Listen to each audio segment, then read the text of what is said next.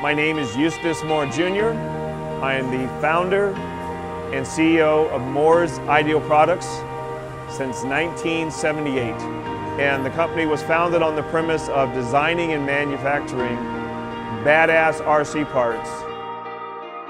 We started with 2 manual pieces of equipment and a few contracts, and we've grown to where we are now since then.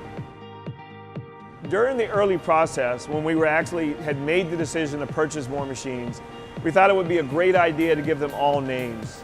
And the reason why is because the value that they brought to the company was just like bringing in another person. The first machine that was actually named was Bob. And we still have Bob. It's been almost 20 years, still running millions. We can run in the morning. The part will move maybe a tenth or two during the day just through ambient temperatures and run consistent all the way through the night. Every part we manufacture here on our Tsugami machines comes off finished.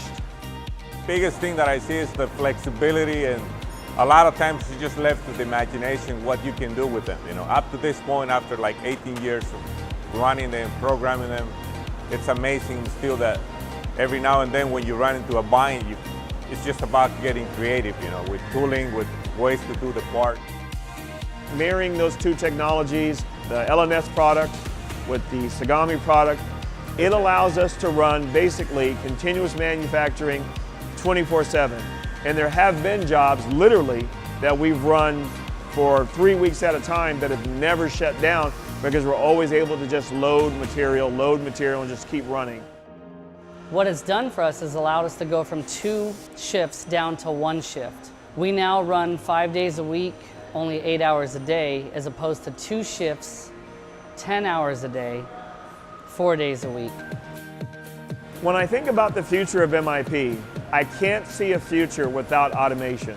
The nice people at RIM and Ellison have given us opportunity and a glimpse into the future with the equipment that we have, and we're going to continue down that road.